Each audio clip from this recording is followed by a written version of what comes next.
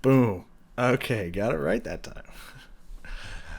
Recording issues. Don't even worry about it. What's up, everybody? Rich Cage 20 here, back with Otep's Ascension album. I've taken out the just Ascension just as faster to say for me. The Ascension album. Today we're on Communion. We're on our last two songs of the actual album. And then we have the 3 bonus tracks that I'm going to trek through here. So we got 5 more to go. However, we're technically on one of the last 2 buttons, please, of the actual album itself. Communion, obviously, just kind of has religious connotations to it, but also there's a few religious things in here. Some words that I remember now. Brutal. And this should be interesting. Should be a good time. I don't know about a good time. Should be an interesting time at the very least. I think we'll have a good time with this song. I ain't got nothing to say about it. Let's get into it. Communion by Otep. Let's go on our journey here.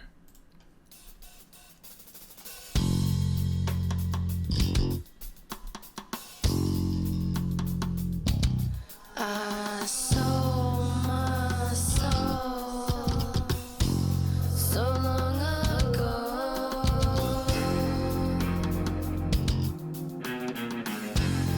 Now I'm alone here in the palace of madness and sadness and madness and madness. And she said to the ghosts in her head, I will find the edge. I will force my fingers in. I will step from the slit. I will rip you to shreds. I will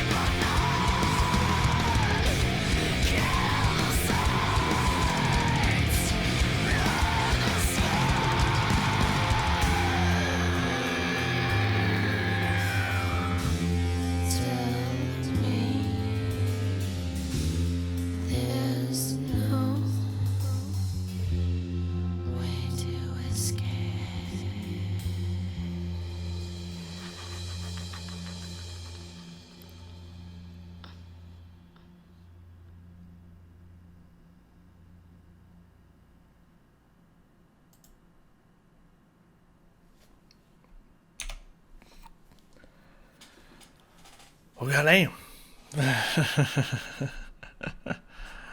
um,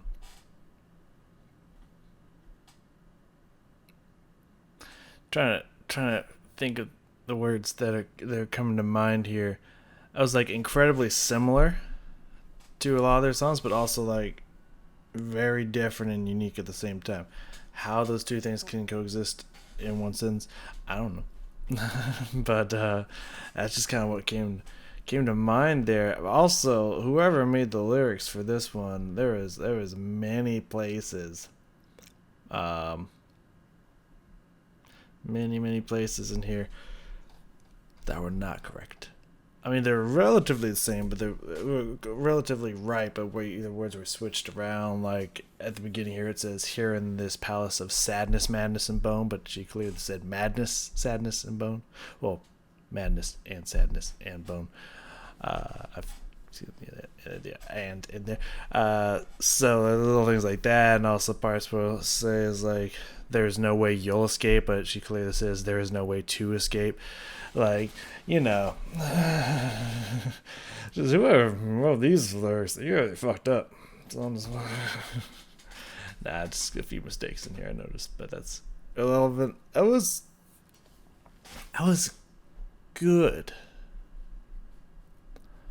but like, I'm putting a pause, putting in a little what's the word I'm looking for?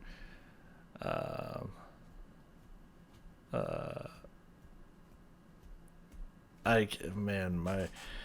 gotta tell you, my brain is not working.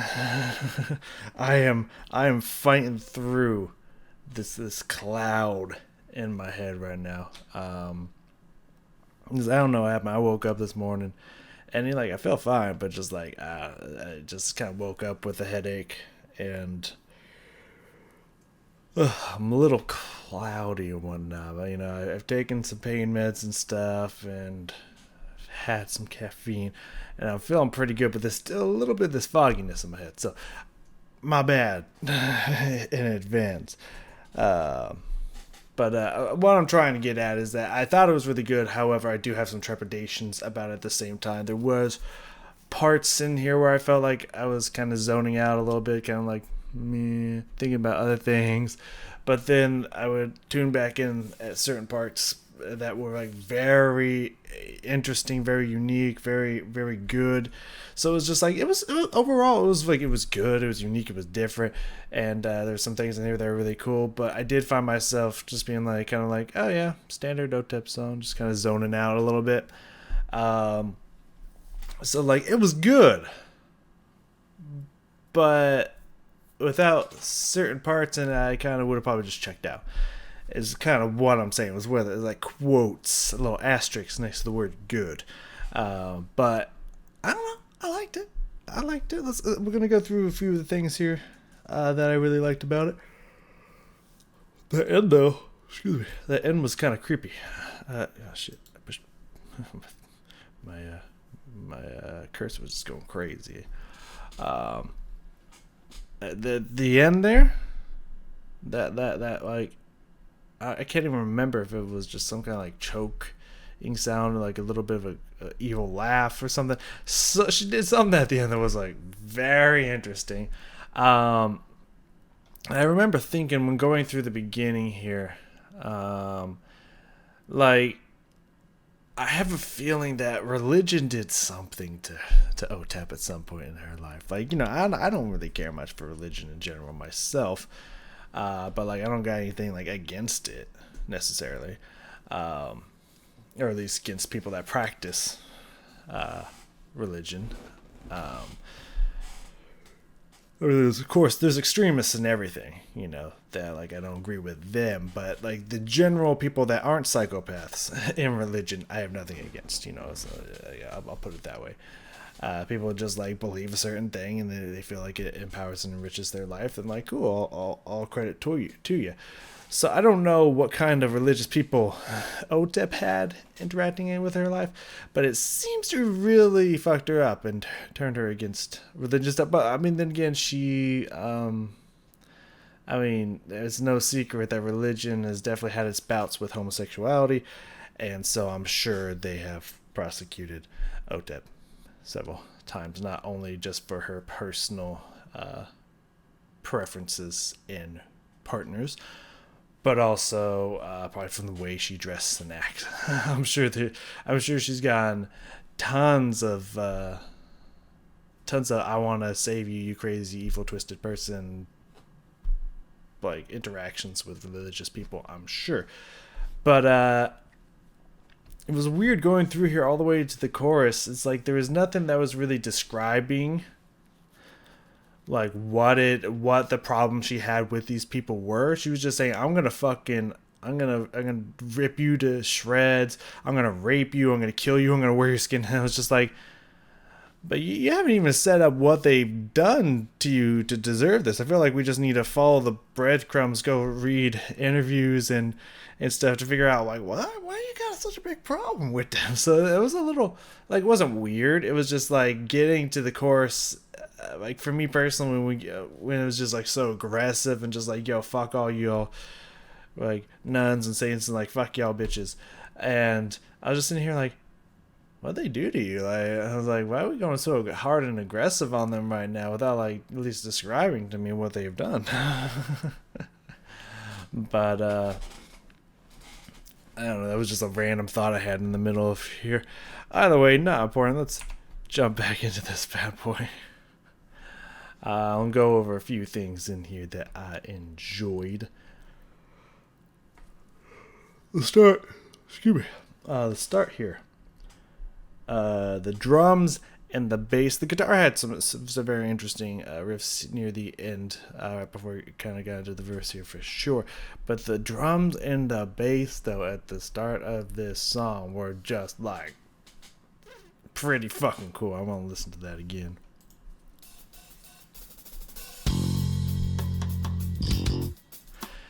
There's so many different things happening with these drums. First, we got some action on the hi-hat and, raises and closes the little kind of sound in there. And then switches up from just kind of being out the time to like to start fucking going crazy on it. Then you hear what sounds like some rim shots, so at least sometimes some rim shots, if I remember that correctly, and and also at the same time the bass is coming in with some stuff, and then we had some cool like stops and hits and stuff in here. Let's go back to the beginning and kind of describe that once it starts happening.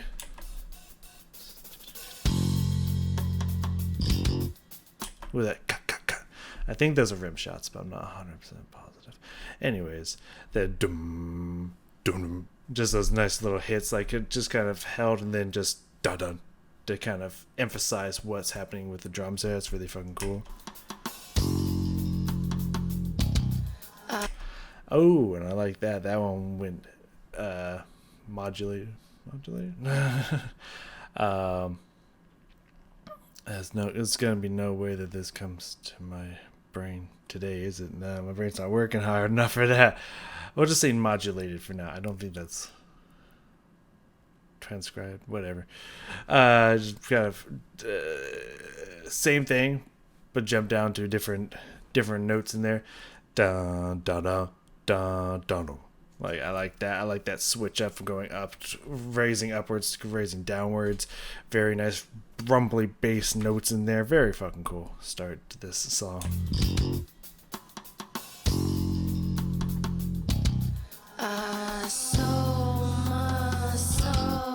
And then it's got it sets up that foundation.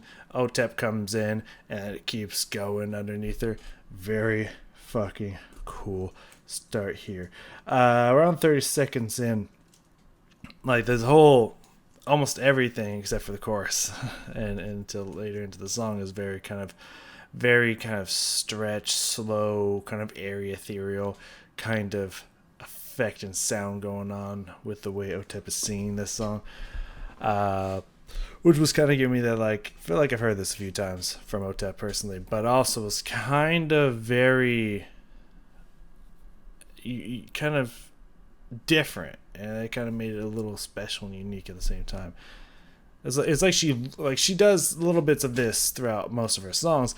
However, this one she like leaned into it, like really just like, no, this is how this whole thing gonna be sung, and like I can respect that. That's pretty cool. Around 30 seconds, and so we're just gonna let it keep playing. And actually, I'll just maybe jump 5 ahead, and we'll just let it keep playing out. That guitar riff I was talking about.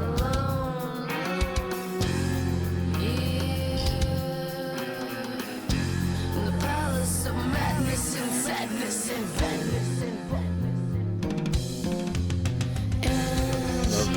sadness. Love that drums in there. But yeah, I think there's a little bit of obviously some reverb or whatnot, but I think they got a little bit of an echo effect going on through the guitar here a little bit, and it's kind of really enhancing that just really airy, ethereal, just spaciness to the way Otep's singing this. Very, very interesting effect here. Yeah, they got a little bit of echo on the end of the sustained notes from the guitar there. That's pretty cool.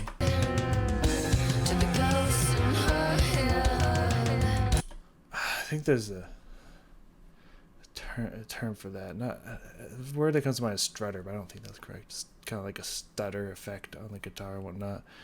That kind of like it's kind of repeating it, but like echoing and like fading off a little fast. I feel like there's a term for that. I feel like I heard that way back in high school, but I can't remember what it is. Whenever my friends were fucking around with their amps and whatnot. Anyways, not important. But yeah, I like that kind of etherealness to it. Is that a 4 or is that a fucking 1? It could be either. We're gonna go to 110 here. Just to be safe, we'll jump around 103-ish here. Yeah, there's this interesting either interval rise or kind of slide or just kind of jump in interval here on one of these notes I remember hearing, and it sounded really cool. So I want to hear that again. It's either 110 or 140 because the next one's 225, so it could be either one of those. So we'll see if we hear it. I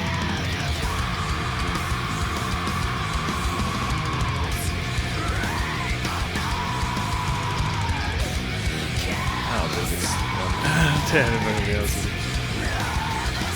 No, I don't think it's 110. I think it was 140. So we'll go 133.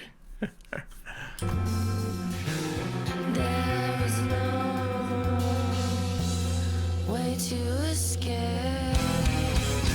Yeah, I like that. Da da da da. Just that almost slide, almost a glissando in there, but like it's pretty instant. So it's more of just an interval jump. Da. I kind of slid a little bit. I kind of slid it a little bit. Hold on.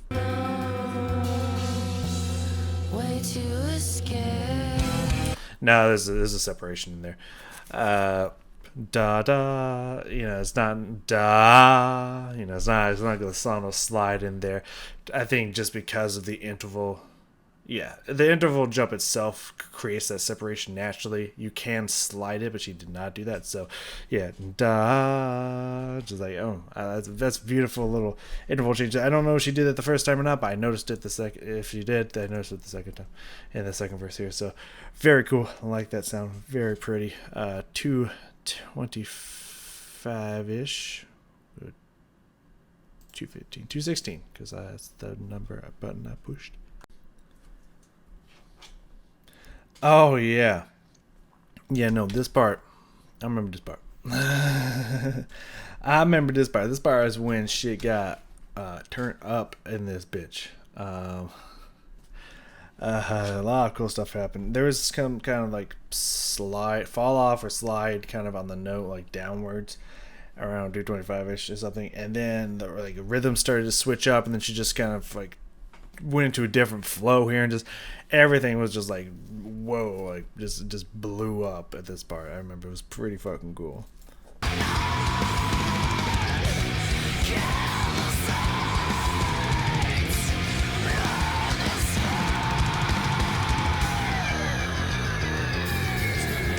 Right. Yeah, it wasn't her note.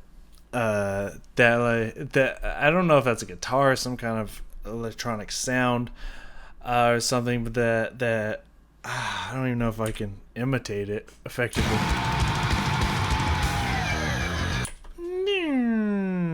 Kind of like almost like sliding, decaying sound on there. Sounds like very sci-fi as well. Like fascinating sound there. That's really cool. And then everything else is about to get crazy.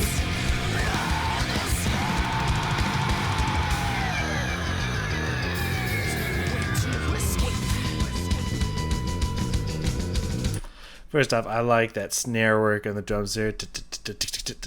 You know, that's really fucking cool. It's like kicking us into this new kind of tempo and flow that's about to happen here. Very cool.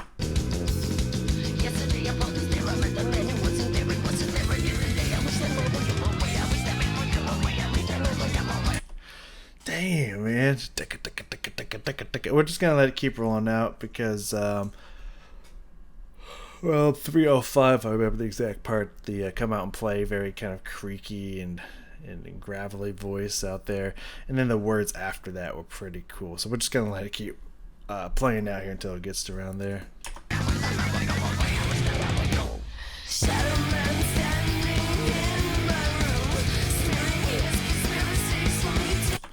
Just to add on to the lyrics on here. You clearly heard, you all clearly heard, excuse me, the Otep saying smearing his conspiracies, right? The his is not in here. Just putting that out there, y'all. Come on, man. Like, come on, man. Like, get your lyric shit straight. Come on. Anyways.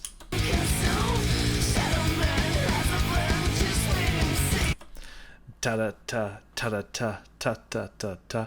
Very cool rhythm there, and there's also like kind of notes intervals in there for like guitars and stuff. That was actually really cool. I didn't catch that the first time. Oh, they did that there.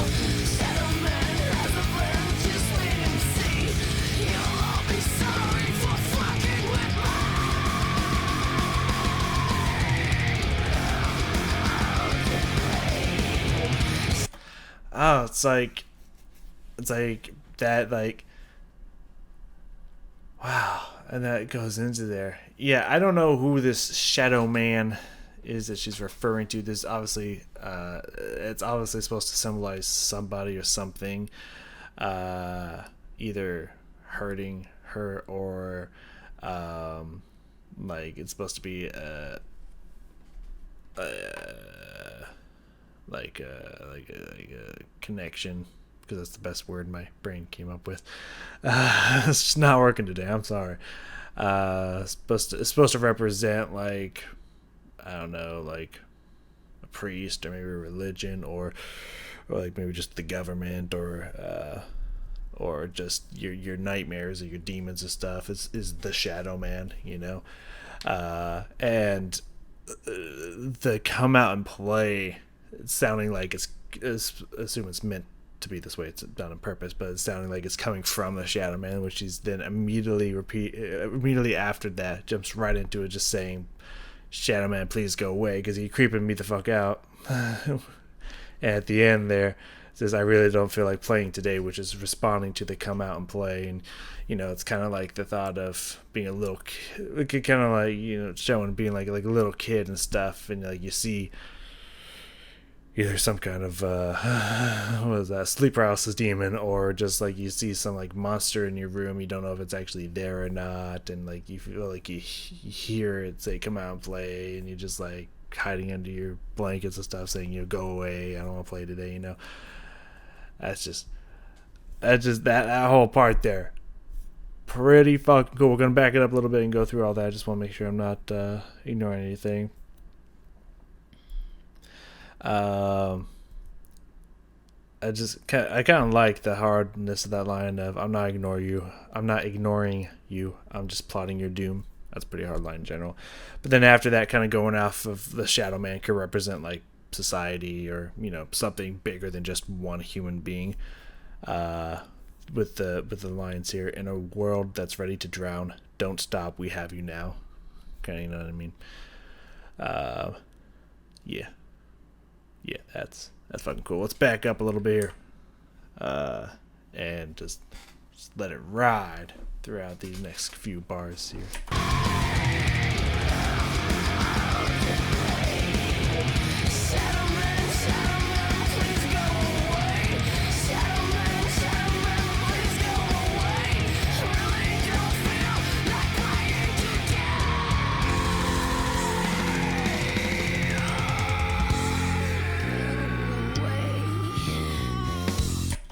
That strain and grit and just kind of breaking in the vocal cords and the way she's singing that part really gives me kind of like a Jonathan Young feel. I feel like I've heard some of that, especially in a lot of his earlier stuff. Like that's Jonathan. Did I say Jonathan Young? I meant Jonathan Davis. If I said Jonathan Young, I meant Jonathan Davis.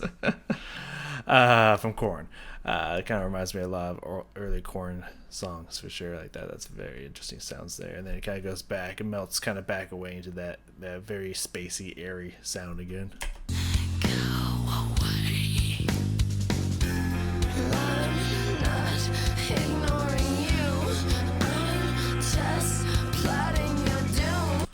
That ta ta ta ta ta ta kind of rhythm that's going on in here kind of really gives me first word that came to mind is like lullaby, but kind of like a nursery rhyme. Would that be it? Would it be technically, you know, little kid song like nursery rhyme kind of pulse and beat to it. That's pretty cool.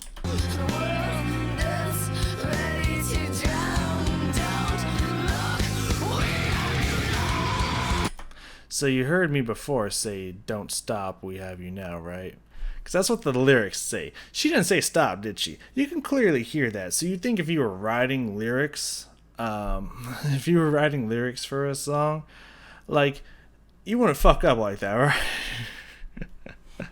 I mean, you know, I've never written lyrics for a website or whatnot, and I appreciate the people that go through the effort to do such, but it's just like there has been some, especially with the Agnes, people fuck up the Agnes's lyrics all the time. There's so many mistakes in there.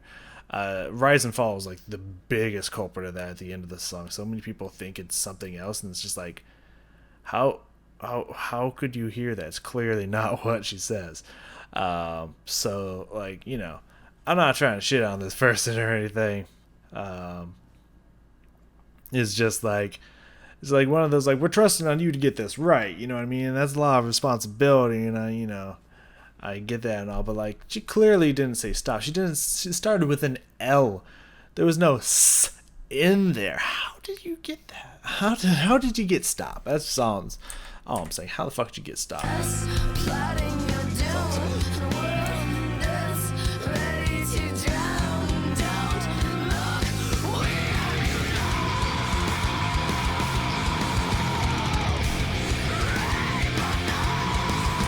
So we're gonna skip a little bit to the end here, but I gotta say the rhythm section is pretty top notch in this song. I really like what's happening with the drums, the bass, and the guitar in this song.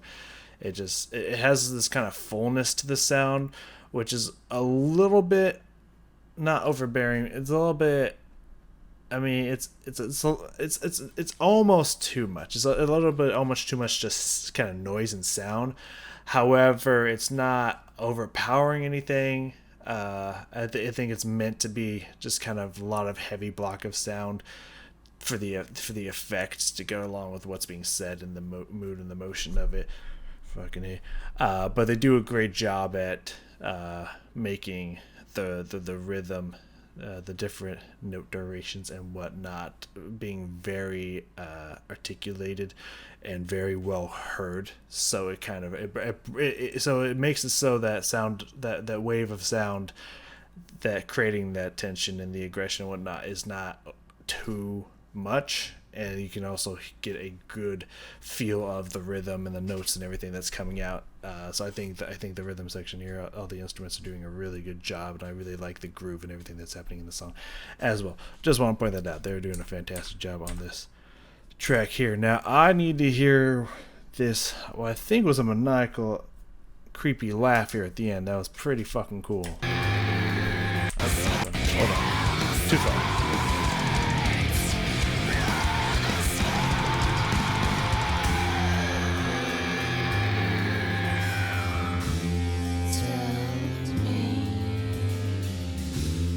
There's no way to escape. That's breathiness.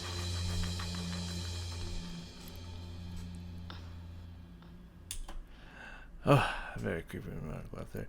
Also, the last lines I have here.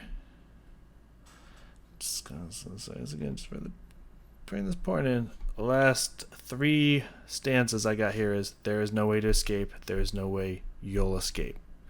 First off, she doesn't say it twice. Second off, she doesn't say there is no way to escape. Let's pull that back a little bit, shall we? There's no Hold on. God, you're so fast.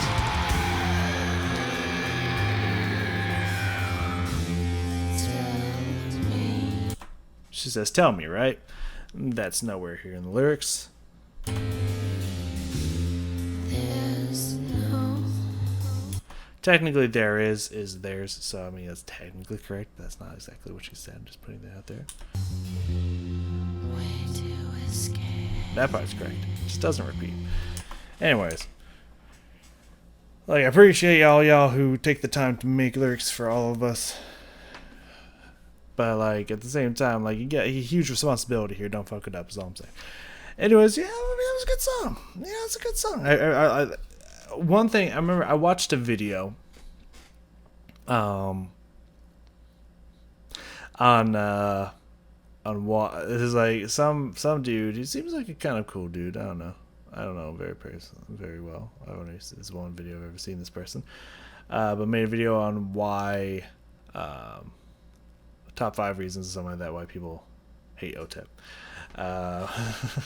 Because I mean, it definitely seems like, I mean, there's a lot of people that love Otep, but it definitely seems to be there's a divide. And I mean, me personally, it's just like, I mean, this is heavy, aggressive stuff.